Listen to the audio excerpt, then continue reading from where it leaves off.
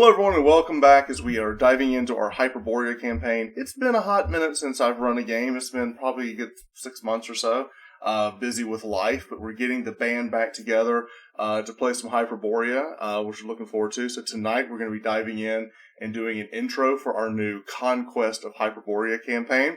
And for our prologue game tonight, our friend Danny is going to come on and introduce the first character, and we're going to do a little prologue story to kind of open up our new campaign. So, Danny, tell us a little bit about who you are going to be playing in our intro game tonight. I am a Roman legionnaire named Aulus Ovidius. Aulus Ovidius. And okay. It's a set. Or should I give anything away about I think we can go ahead and do that. Historical base for the character. Yeah, so he's a legionnaire in the Roman 9th Legion, which if any of you fans of legend or Roman history, that should pop out at you. It's the famed legion that vanished. Really, really interesting stuff to read about. Yeah. So he is a legionnaire set in ancient Rome, or not ancient Rome, sorry, this would be 122 AD exactly, for the 9th Legion, and he is stationed in Britain. And the fortification that we're going to be starting our story in. So we're not starting yet in Hyperborea. We're going to do a little bit of backstory first. So this will be set in 122 AD in Britain. And he is based out of Eboracum, which would later become modern-day York, which I'll ping the map is somewhere around here, or maybe it's here. My geography on Britain is a little weak, but I think it's in this area. Geography? My geography is a little weak. But he is based in Eboracum, and he is part of the 9th Legion. And as our story opens up, as we follow the story of Aulus Ovidius, he is part of a detachment that is heading north, heading up into Pickland. There has been a large detachment that went scouting up north and has disappeared. And there's rumors and all these, messages and things coming back saying that they deserted or they've abandoned their post. But there's also rumors that maybe something bad has befallen the battalion that went north. So there's a scouting party that Aulus is a part of. It's you and it's 5 others. So it's the 6 of you as you are riding north. And this is where our story will begin in our old world in 122 AD. We see these Roman legionnaires riding out into the distance, and as they cross over into back then it's called Pickland, but also which would be modern day, Scotland, basically the lowlands. As you're getting in, it is you're following the trail of this lost battalion that's gone north, and it is at this point that you reach into you're in a bog. And the bog has gotten so deep, but you've had to leave the horses as you're scouting about, and that is where we're going to pick up our story. Is in a British swamp. So it is cold. It is towards the end of the year. It's probably November-ish. There's snow on the horizon. It's wet. It's sleety. This cold, wet rain is coming in. But before we do that, let's kick in just a little bit of music. I gotta kick off a friend of ours made this, Altrusian Media made this Zotheek soundtrack we've been using. He gave us permission to use in all of our games, so we'll be using some of this. So as you are moving through this, you and several of your other, like I said, there's five more of you, there's 6 total, as you're going about, and you're searching, and you're looking for leads and clues about what has happened to this last lost battalion. Some 100 soldiers have moved forward, and they were supposed to scout up, and they were supposed to actually they had supplies with them to make a forward encampment up in the north, and they've gone missing. You've been on the trail for several days. The 6 of you are spread out as you are now moving through the swamp. What is it that you would like to do? Are we seeing signs that they passed through here? Like any wagon wheels, any horse? So it's been a pretty big, easy trail because of the wagons. You've been Okay. following this for a while, and because of the marsh, even though it's been some time, you're still seeing remnants of you're following you're following 100 people that were moving up and through, and so it's been a pretty easy trail. Up until this point, you've gotten into this bog, and you're kind of all separating right now, looking for any sign of it. So that right now you're kind of like moving from like patch of land to patch of land, trying to find your way into, discover what has happened. So right now you're trying to pick up the trail. Okay, I'm gonna be looking for any stuff that the Legionnaires would wear, such as either their chain, their plate, or their gladius, their gladii, I guess I would say. Right. Their spears, their shields, helmets, anything, or even any supplies they might have, thrown left or right as they were walking. Just peering into so it's a mire, right? So there's probably It like is. Now, I am going to go ahead, if you want to write down, we'll get our first notes of the game. You are traveling with 5 other Roman legionnaires. Their names are Gaius, Lucius, Nonus, Nonus, Vibius, and Servius. So we have like Gaius. them already. Like him, yeah. All the Eoses. So Gaius, Lucius, Nonus, Vibius, and what was the last one? Servius. You gotta read my writing. Fortunately, in Hyperborea 3rd edition, there's actually a handy-dandy name. And I don't think that was in 2nd edition. That was in edition for 3rd, I believe. I love it. So as you are traveling with your 5 companions, you're all spread out. And what you do find, as luck would have it, you do find a Roman spear, which would be, was it the Pilium or Pilius? Is Pilius? Is that correct? Actually, I can't remember. It's a type of spear where it's thick at the bottom and it has like the iron pointy end. It's Pilium, I believe. Long, what it is. stabby thing. It's a long stabby thing. You do find one of those in the mire. And as you pull it up, you do recognize this. It is a classic Roman weapon. No one else around here would have this. So you kind of see this as you're heading in the right direction. As you look down, one thing you do notice is that the bog around you, it's gotten colder as you've moved just a few feet further, and you notice a very slight like frost starting to kind of come over. Like you're actually seeing it happen live as things around you are starting to freeze over. Just in front of me, or like all? All in front of you. It's almost like you reach like a wall of frost. Like there's it's almost like you're actually seeing a cold front move in, but it's moving in much quicker than you would imagine. Okay. I'm just going to call to my comrades in arms. It's like, regroup! You look over, and you see Gaius is the closest to you. He looks over at you. Now you're wearing, the laminated armor, the mail, this kind of, so you can actually, you hear them, because of the clanking as well, the kind of like the give and take of the armor as it goes through. So you hear them, but you see Gaius is closest to you, and you look and you see Gaius, and he goes, "What is it? Did you see something?" Yes, something is afoot. Cold. Damp frost. Do you see it? He goes, "No." As he looks forward, and he turns his head, and it's almost like this wall of fog like moves between you and him. And as the fog moves, you hear like a very strange sound, almost like a yelp, but it's muffled. And as the fog moves, you no longer see Gaius. He has disappeared.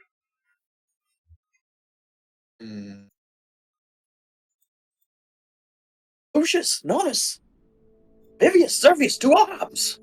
As you do that, you look in the distance. You do see Nonus back with the horses in the distance. He goes to get on one of his horses. And he goes, coming! And he's trying to mount up the horse. But he's a good distance behind you. As you look about, you don't see your other compatriots. But as you do look back at where Gaius is, the water where he is standing is completely frozen over. Like you can see like a sheen of ice over where he once was. Is this frost still traveling around me? It is. It seems to be creeping closer to you. Oh, I'm footing it the opposite direction. Okay, you As turn. best I can in a fog in armor. You do. You turn, and as you're moving about, the land is very. It's marshy, and you're trying to like before when you were trying to navigate it slowly, you could, but now that you're trying to move quickly, it's going to be a test of dexterity to try to stay out of the water. Like you're trying to stay on the dry land. Right. So now that you're trying to move quickly, make a test of dexterity. So our first roll, success. As you're moving, you're about to jump from one thing to the other. You see a log that you were about to jump on, and you stop and you decide not to because that log you realize is not as stable as you thought it would be, and you're able to kind of jump over it. So there's actually there's a giant leap that you do, and as you land and you look, and where that log was, the ice is completely like overtaken it, and you hear almost like a gushing wind behind you as you turn and you look and you see that this wind almost seems to have a life of its own. Oh yeah, that is going to provide me extra pep in my step. It's pretty horrific. Yeah, I'm gonna keep running towards Nanas, right? Yeah, so you start running towards Nanas. You've made your big dramatic leap as you're trying to run. You hear others in the distance. Not suring her, but who it is, but you do hear that maybe Gaius' fate has befallen others as well as you're running towards Nanas. Nanas sees that you're running and kind of catches on what you're doing. He mounts up on his horse and he starts charging towards you. And he's basically going to reach down and try to pull you up to him. And as he does that, he reaches down and he grabs you. He pulls you up to the horse, and as he turns, the wind itself like catches all of you, and there's a blackness that happens, almost like you lose consciousness for half a second, and the next thing you know, you find yourself sitting on like a dry stone. In the distance, you hear a horse neighing. You hear Nanas calling out to you, calling you. What was your name again? Alis. Alis is his name. Alis. Alis. Alis. And it's almost like it's like echoing in the distance. He seems somewhat close, but there is an echo to it. So it's just a strange sound. How it's close, but yet it feels distant as it's echoing off of something. And as the wind around you kind of cools, you find yourself sitting on dry land, on stone. Very cold. Immediately, like this chill comes over you as you look about, and you have somehow you've moved. So let me now move you over. You got to remember that I have to move you in the map as well. So this is where we are now. As you there's like a stone circle that you're sitting in. You're immediately like you cower down and you're kind of cold. You look down at your right hand, and you notice that there's almost like this blackened tinge to your entire your arm is like turned black. As you look down and you see like a strange runic letters seem to be like coursing over, almost like burned into your right arm. As you're looking over at them. Totally confusing, but you look over the rest of your body, you do not see that, only on your right arm. Okay. I'm going to yell out for Nanas. Down here! I've fallen through a hole! And then I'm going to study the runes. Is there any sort of way I would have any idea what these are? Or are they completely foreign? As you begin to look at them, you're in a pretty dark cave. There is some type of moonlight shimmering in, but as you look down, you notice that as you're looking and reading this, that it's almost like they begin to light up, as you are reading these strange runes. They seem to be some strange glyphs that have burned into your arm. One of them speaks of protection, and another seems to be calling on the north wind.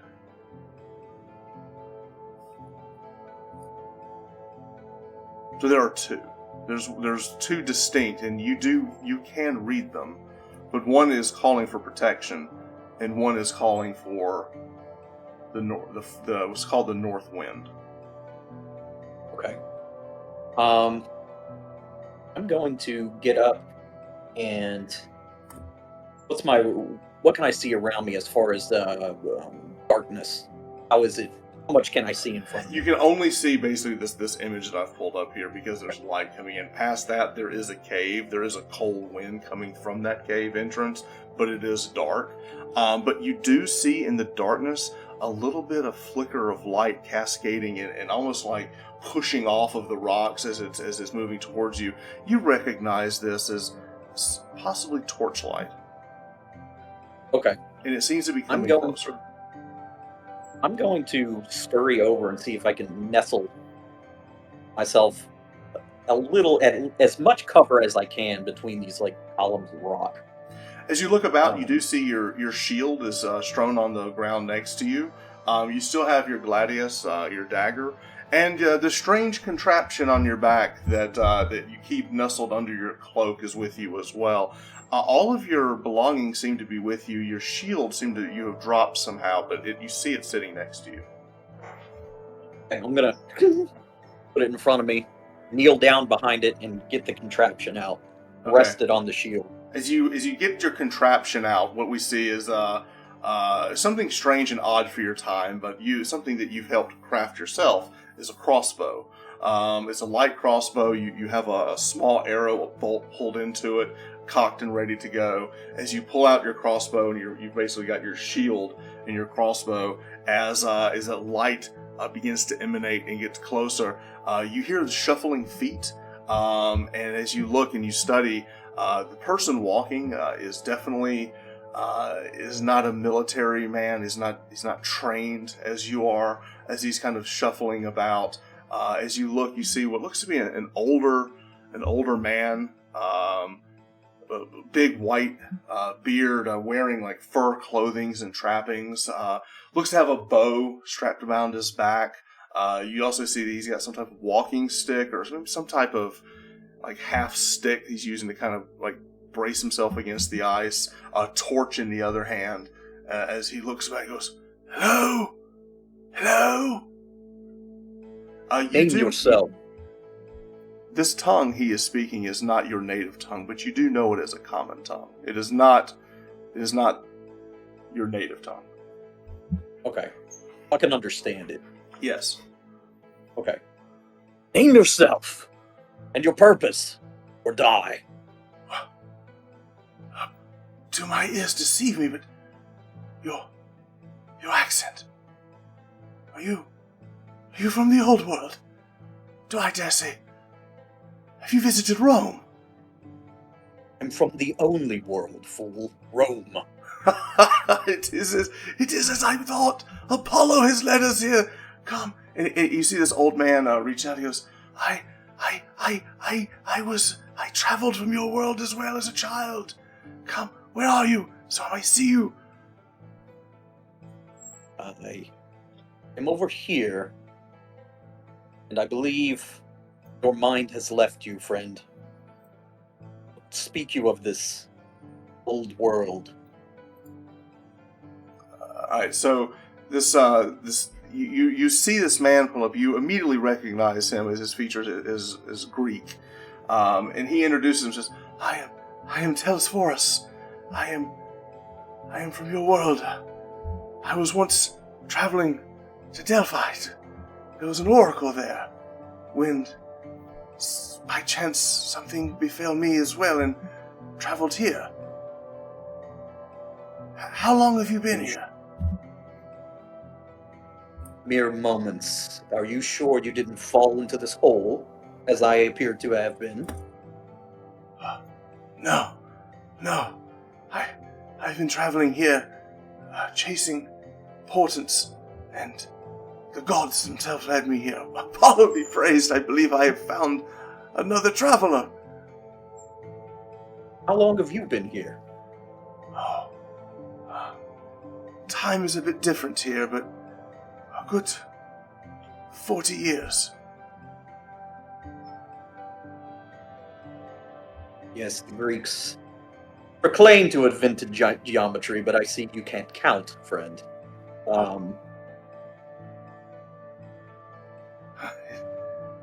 Is there a way out of this Oh, yes. place? Yes, there is. It's back the way that I came.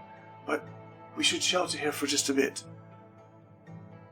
What is this stone underneath my feet? He goes and he pulls the torchlight over. He goes, yes, this is a temple of old. Strange runic letters are about your feet. Yes.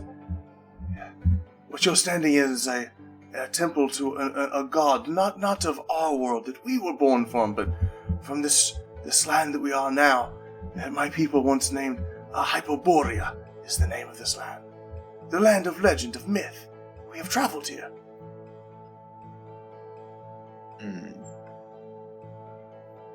Yes, I see. What know you of a brisk frost, wind encroaching on men, taking them over? What know you of this? I have heard stories.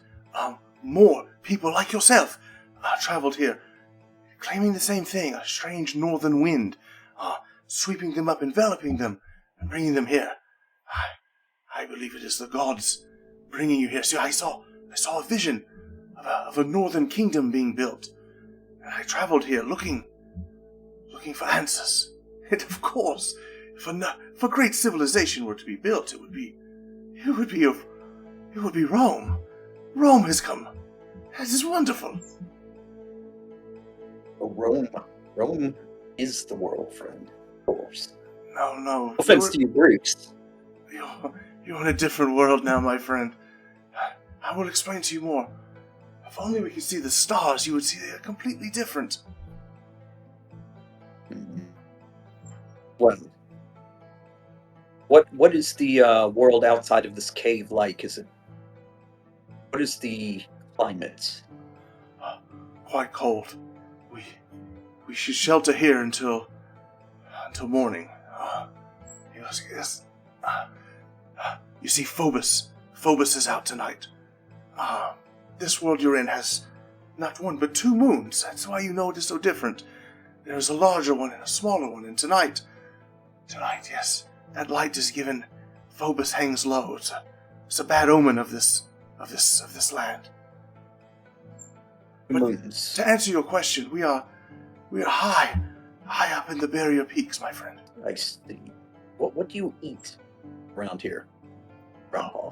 Oh, sure, whatever we can catch. Here. And he reaches out. And he has some rations, some meat. He has a bow. He's possibly some type of huntsman. As he reaches out, it looks like some type of rabbit squirrel, possible. But it's a small furry game. He goes, come, quick. We'll make fire. We'll warm ourselves, and you will tell me your story. I shall tell you more of mine. Sounds dubious, but I'll take you at your word for now. So with that, he begins to, he puts his torch down. He brings out a flint and tinder and begins to kind of grow a larger fire, using some of the things he has with him. There's not a lot of things in here to burn, but he has a few extra torches. He kind of like tries to make like a torch, a larger torch to kind of grow. But he kind of says, yes, we'll stay here for another few hours until night passes. It shouldn't be long. But we should not only heed the weather, but also we must be quiet ourselves. There are dangerous things about. But you said you're Roman, but where were you when this befell you? In Britain, heading north towards Pictland. Know Pix. you these places? No. I was but a child when I came here. The land sounds familiar, but Pix are here. They are just north of our land here. And they call it New Pickland, I believe. There's a coast that they fight over, and quite a dangerous place. But it is warmer climate there. We are a fairly high altitude. Well, wherever you are. I call it worse Rome. So, how did you get here? Not by a north wind? It was something similar. It was a wind of sorts. I was asleep when I was 14, 15, I believe, when it befell my camp, and all of us were swept up and transported here, but much to the south, near Cromeria. Oh, you don't know. Cromeria is the largest settlement or city here, but that is a good distance away. And wait for day. It'll See what I can see out here. It'll come soon enough, but before we go, you're a soldier. You're a fighting man, I believe. A legionnaire, not a soldier. Legionnaire, it's good. It's good. I had to skirk and hide my way up this mountain. I've been tracking the stars, and I believe portents. I felt there was a cold wind, and I chased it, hoping to find a way home. Tomorrow we shall see. If there is a way home, Roman will find it. Perhaps we'll find some of your countrymen as well. There are more. I have heard stories, both deeper in the mountains and actually further down into the coast as well. I had was heard traveling with five other Romans. Have you seen or heard any others besides me? No, but I did. I heard a horse. Did you bring a horse? I was close to one when I was whisked here. I heard a horse neighing against the wind. South of your position here, back down towards the coastline, I believe. When it is safe to leave, we can leave. But I must warn you, this land you're in is not one like the one you came from. Things that you were heard of, fairy tales and things you didn't think were possible, they are possible here. Yes. If indeed we are in Hyperborea, the fabled land, the edge of the world, we are in a... But we'll just see what happens tomorrow. We'll find this horse. I believe that is good. But just so you're all aware that the gods of your world and of other worlds, they seem to walk closer to mankind. They dwell and give powers and sorcery and magics that seem unnatural. In fact, this very place that we're in now is one such place. I see. Thank you for the yarns, old man. Perhaps tomorrow we'll find us a way out of here. That's good. Let us rest, but let's stay clear of that circle area in the middle. That is a god I do not trust. Any idea what this god is? You see, there's the traveler, the toad god, Sathakwa. Never heard of this god either. Many of the people around worship this god. There are several gods that are worshipped here. Sathakwa, the Kraken, Cthulhu, all worshipped in these parts. I see. But I like you, I'm a follower of Apollo. Apollo, yes. Minerva, yes. I've heard of a toad god. This is ill news, yes. Old man, what is your profession? What do you do besides? What were you? What camp were you in when you were taken here? My family were basket weavers. Friend. Simple tradesmen. Right. But here, Well, I follow Apollo, and he has blessed my path. Apollo is here. In this world. Yes, you'll see. You'll see. The followers of all the gods here seem to have closer communion than ones in your world. I believe that this world, it travels in the stars and the closer to the homeland of the gods, possibly. I don't completely understand it. But there are things here that I did not see in my youth. There are strange things, monsters even. In fact, this very mountain is very strange. People travel here, pilgrimages to find whatever strange power lurks above these mountaintops. We shall explore it then. Thank you for the information. In the morning, when we go, we must be quiet. We must be safe. There is a wizard, a sorcerer of types, that has been searching for power in these realms, this area. I have evaded him so far, but I have come across things that make me worry about the types of magic he possesses. I see. Well, we'll see about him as well. Oh, come, heat up. It's not much, but it is warm. And here, I have drink. Here, have some mead. I traded for it with the picks before I came up here. Mead. All right, I'll partake. It's not red wine, but it'll do. So you have the mead. You eat what's left of this small little rodent that he caught. And the stories of this man, as he's telling me this strange Greek known as Telesphorus. It makes you uneasy, confused, but it is very cold. Fortunately, your Roman red cloak you pull about you to kind of keep yourself warm. As night passes, the cave.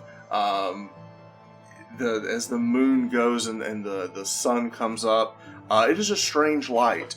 It is not sure if it's the sun beating through the fog or the clouds, but it is not a light that you're accustomed to. It doesn't have the warm glow that you saw back even in the horrid weather that you had in North Britain. It just feels different. As morning comes, Telesphorus, only a few hours rest. He goes, "Oh, come, we must travel now." And he takes his torch, what's left of it, and he kind of pulls you through this cave. And as he does that, you see now a little bit of a clearing of what he calls he's dubbed the barrier peaks. Make sure this pulls up okay for you. Yes. You see this okay? Strange tidings indeed. It's definitely not what I expected.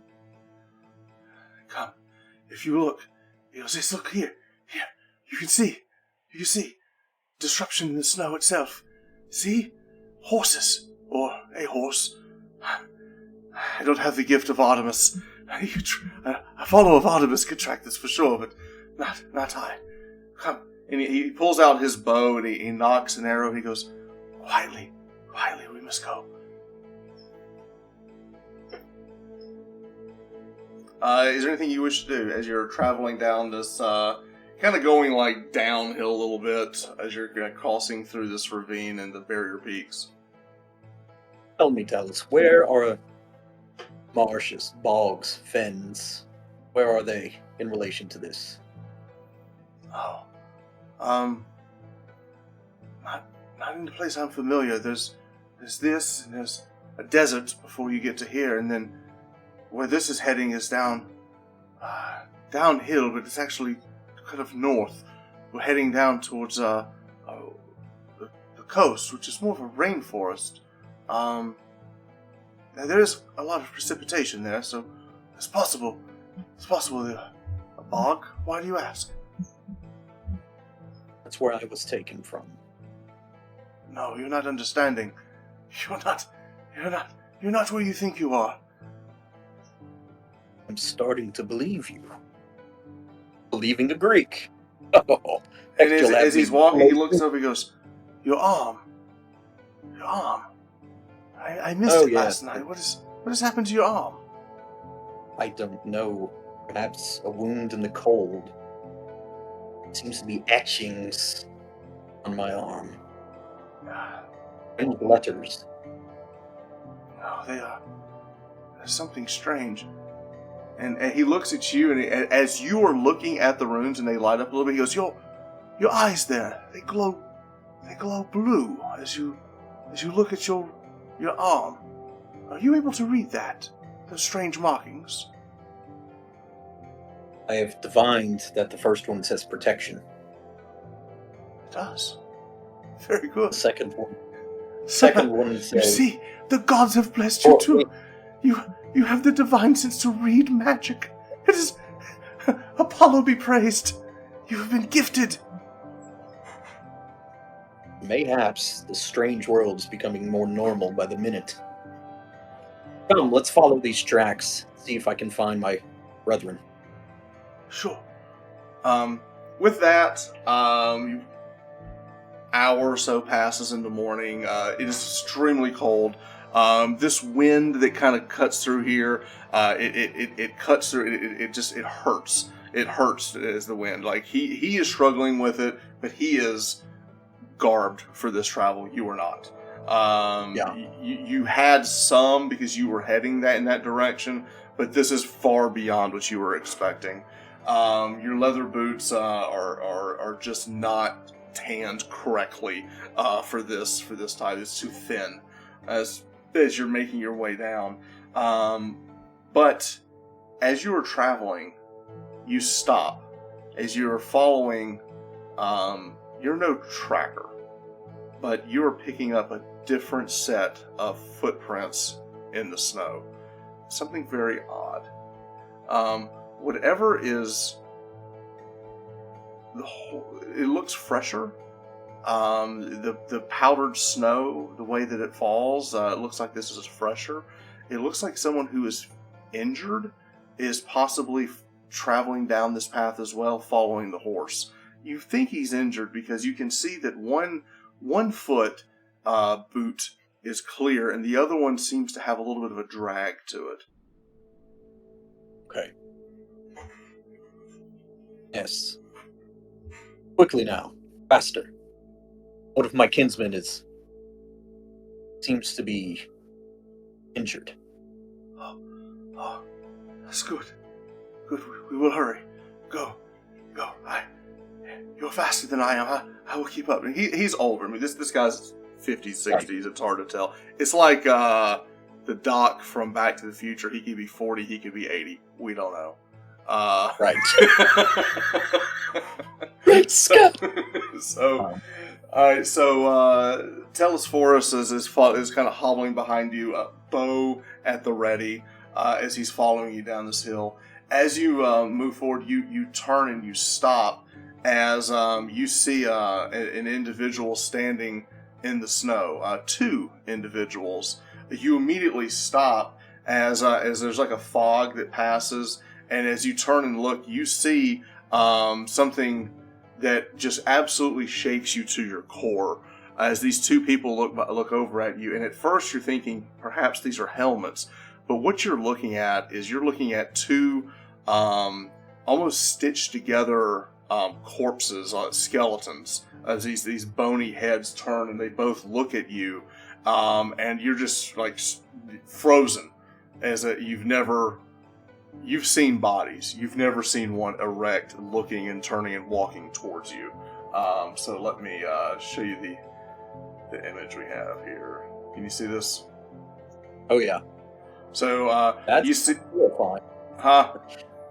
That's horrifying. That's horrifying. Mid-Journey doing its work for us today as you see two of these things like turn and look. One dragging his leg behind him as he's kind of like hobbling towards you. But we're going to hop into a little bit of introduction combat as we have, you can see two of these skeletons coming up. We're going to keep this theater of the mind. But in Hyperborea, the rules are a little different. And we need to pause with the Zothique. We're going to go to our Hyperborean music here. Alright. They are coming uphill. They're a good distance away. We need to make announcements. So before we roll initiative, we have to decide, tell me what you're going to do. Let me try to get you down a scotch. I'm going to range.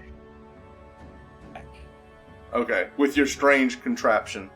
Okay. Yes. Tellus Force is going to do the same.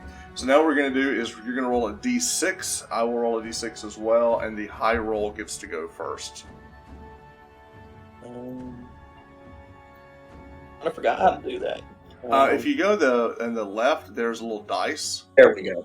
And then we have a new thing. All right. These things are they're charging up the hill. So there's a good distance between you, but they're basically double timing up. One of them does move faster than the other. One of them is injured as they're kind of like hulking towards you. As they're going, one of them lets out like this guttural, like this cry. It's this otherworldly sound, and in the distance you hear another one answer back. That's not here. So there's at least another one coming. With that, you may now loose your bolt. All right. Try to hit the one that's closer. The uninjured one. The uninjured one? Okay. Yes.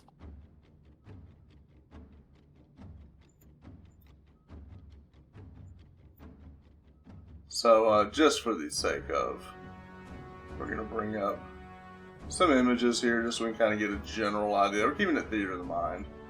But you've got one kind of down the hill. Okay. Alright, so make your attack. So go to your character sheet, hit the attack. Oh, you already did. Is that a 1? Is it? I can't tell. It is. You rolled a 1. I need Euclid over here. Oh, look at this. Wait. Critical misses. Alright, so you are a fighter. Alright, so roll a d12. You rolled an 8. Okay. You fire the weapon, or shoot the weapon. You drop it immediately. You're still dealing with the fear. Like, you shoot it and you just kind of drop it. You're almost like staggering backwards, not believing what you're seeing as these things are kind of lumbering up the hill. Your friend Tellus Force is going to shoot his arrow. So let me go pull him up. 9. Not going to make it. Alright, with that, we're going to have the next round. So let's make announcements. By your best guess, the one in front of you will reach melee this next round. The other one will not. So now make your... so they spent their whole round just running up the hill. I'm going to look down at this, and because I'm so horrified, I'm going to just speak protection. And you are. Try to commune. Ladies and gentlemen, he is casting his first spell. So look up the spell Protection from Evil. You are a fighter with casting capabilities. Ladies and gentlemen, he is a warlock. Blessed by the gods, he is. Alright, so it gives me a +1 bonus to AC, damage reduction, and saving throws versus evil. Alright, a pale circle of light surrounds the caster, preventing summoned creatures, demons, elementals from attacking. Against other evil creatures, the sorcerer enjoys a +1 bonus to AC, damage resistance, and saving throws versus their attacks. Alright, so your AC is 3 with the shield. It goes down to 2. You have a damage resistance of 1 because of your armor. You have another +1 because of it. So now it is damage resistance of 2. So you're announcing this casting. Now here's the thing. You're announcing that casting. If they go first and he hits you, he could disrupt your spell. Okay, gotcha. So you're announcing that. Tellus Force is grabbing another arrow. He's kind of like skirting off to the side and he's going to kind of go up this way just first and try to take another shot. So that's the announcement. So now you need to roll and I need to roll to see who goes first because we do have dynamic. Is it a D6? Yeah, I rolled a 1. 4. Good job. All right, so you cast this. Now let me ask a question. What does this look like? We're seeing the first spell cast from melee. So we already know that there's like this aura, but what do you want to give it some flair? Yeah, so are the runes also blue? on my Yes. arm. So they're Yes. blue in this like blackness of the skin. Correct. Okay. This is So- and just so mechanically so we understand, this is a cryomancer type spell. So you've not just a warlock, but even an ice lord. The northern wind has blessed you with this power. So now you're casting your first cryomancer spell as this aura comes about you. So with all of that, Danny, So Lord out of of the the- Ice. out of the rune, this blue comes out and like envelops me in the light. So that pale light will be the pale circle of light will be like a dull blue, Okay. and it's kind of from the runes, and I guess the eyes too kind of help it. Yeah, I like that. So you just got like this protection. So all of this goes out as you pull up your shield and now you're drawing your gladius at the same time. So you're kind of preparing for the attack. Okay, so that spell goes off. Telesphorus is going to take another shot. That's going to hit. That is going to hit. Now he's just got a little short bow, so it's just a d6. Oh, 6. All right. Now, only thing with this is slashing damage. Or no, piercing. Right. It's piercing damage Piercing. versus a skeleton. So it is half damage. So it does hit. It hits right in the middle. You see like part of like some of the ribs like kind of crack and being like fall off as like parts of his body starts coming across. Solid hit, but it's still coming. With that, it's going to march forward and it's going to make his attack at you. Your AC is a 2. Let me go pull up. Let me see if it'll let me. I don't know why it's. So he goes to attack you. You easily pull up the shield. You hear this bonk as it's like a club against shield. The other one is going to start making a beeline towards Telesphorus. He will reach him and get into melee with a double move, basically. So both of you two are now engaged. With that, we now go to the next round. We have a third one cresting over the hill. So here we go. Make announcements. Good. I'm going to.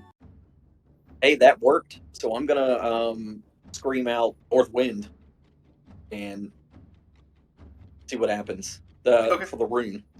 All right. So with that, you reach down. You've still got your gladius in hand. You instinctively pull back. This is going to be casting. It's called freezing hands. It's burning hands, but cold. So I think it's called freezing hands. Once you look that up.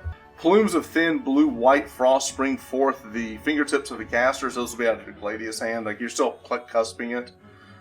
Fanning out in a 120-degree horizontal arc and causing 2 hit points of damage per caster level with no saving throw. So it only does 2 damage, but there is no save. It's on page 201. Yeah, it's cool. It's almost like a magic missile type. Yeah, but it's got to be close. So here's the thing, because of the arc, I'm going to say that you're going to be able to hit the guy in front of you and the guy running up this like beside you, trying to get to Telesphorus. So both of these guys, you basically like spray this cold. You can see it like chip away at all of them, and like their bones get extremely brittle from the cold as you kind of casting this across. With that, Telesphorus, here's the problem. Telesphorus is got a bow and melee. Let me see what else he can do. Exactly. Can you try to use it to bash? Can you do that? Hang on a second. He takes his bow, he pulls it in, he goes, "Apollo, grant me sanctuary!" And with that, this yellow light engulfs him as he casts Sanctuary. So Sanctuary, persuade opponents to ignore the caster if they fail their sorcery saving throws. The caster can move about freely, taking over inoffensive actions until the spell's duration terminates. However, Sanctuary provides no special protection. So basically, the skeleton's going to have to make a saving throw, and if he doesn't, then he can't attack him. Alright, with that, skeleton number 1 is going to try to attack you. I think the 4 did. Alright, so the 14 misses you, because your AC is 3. He would need a 17. Actually, no, your AC is 2 right now. So he would have needed an 18 to hit you. This other one here is going to have to make a sorcery saving throw to even try to attack Telesphorus. He fails it. So he backs off. and kind of they're dumb. So he's like basically trying to get through this thing. He's trying to fight his way through this sanctuary, and he can't. This one begins moving up the trail. So now we've got, he's going to kind of like cut between all three. So he's kind of cutting between. So you've got all three of them moving towards you. So let's make another announcement, and then let's roll initiative. So what's it going to be now? There are no more runes on your. I'm going to hit with the Gladius. Attack with the Gladius. Okay. Anyway. Tellus Force is going to try to call upon the power of Apollo again. So now let's roll initiative. So you roll for for the good guys, I'll roll for the bad guys. Bad guys going on a 2. Also a 2. It's going to be down to dexterity.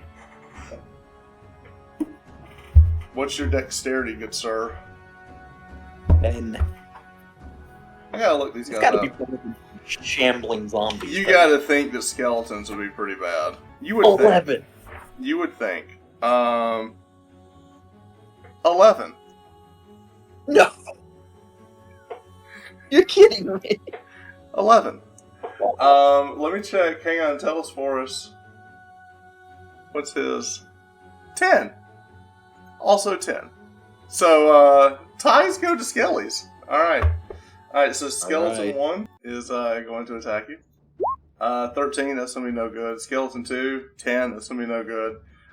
This one over here is going to try to make a sorcery saving throw to try to get through. He cannot get through the sanctuary. So they're basically, you're defending, you're holding the line. I love level 1 combat because one of those attacks sneaks through and it's game over, So, alright, so now you get to attack back with your Gladius. Alright, so you make your attack. That's a 7 plus 1 plus 2 plus 1. So you hit an AC of 9. Miss. Alright. You're still shocked that you're fighting something dead. Absolutely. This is not something you trained for. Alright, with that, Tellus Force is going to go, and we're going to have to look up some rules because he's going to attempt to turn undead. Yeah, so 2d6 undead are compelled to cower flee for 1 turn unless attacked.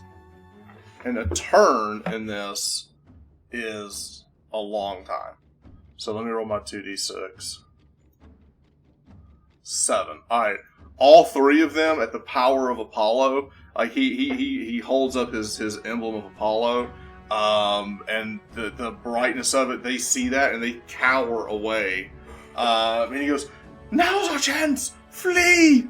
And with that, they cower and they kind of start moving off this way. And he just run, and he basically is running past them down the hill. Is what he's doing. He's basically trying to cover you as he's holding up the sign of Apollo, and these things are still kind of like shambling. But you see him kind of like push, like almost like the light of this thing is almost like blinding them. They're just like pushing away from it. And Tellus Force like, "Come quickly, quickly!" And with that, you're moving down the hill with him, is doing like basically like a retreat as he's like right on his heels. Yeah. And he goes, "It won't last long, but it'll give us time." And as you're running down the hill, you reach an embankment. You're a good distance away at this point. Y'all are moving down. These things are shambling. You get down until you see this overlook that shows the valley that you're going. He goes, "Oh, quickly down the mountain, past the foothills," and you get to here, and then in this you can see like this sleet rain come through, and he goes, "Yeah. The Boreal Coast. We'll be safe there. We'll lose them in the forest." Aye. Sound the plan. I'll follow you. And with that, you and Tellus Force descend down the foothills and enter into the forest. And that is a good stopping point tonight as we kind of get our feet wet in the story and see that there are strange things afoot. And as he's going, yeah, lots of things happening here as you now get into the Boreal Coast. And now I will be able to show you the Hyperborea map and kind of show you where we are. So these are the Barrier Mountains, and now we're in the Boreal Coast. So we're kind of playing right in this area right here. Oh, okay. See? Alright, so right on the edge of the Barrier Mountains and the savage Boreal Coast, as now you move into a total different temperature. But now you're traveling with Tellus Forest. So now next time we play, we'll introduce more players. But I thought it'd be fun to kind of get to know Aelus, the Ice Lord Warlock. So you'd have 2 spells, protection from evil, and also freezing hands. We got to see both of those in action. Nice. And then we'll pick up in a week or 2 as we continue our story. So fun stuff. It was good to kind of shake off the rust and get back into Hyperborea again. So good to be back. All right, guys. So everyone who's watching, thank you so much for following us. We will continue our story soon as we introduce new players, new characters for this new adventure as we kick off Conquest of Hyperborea. So it'll be fun to see what happens. All right, thanks everybody.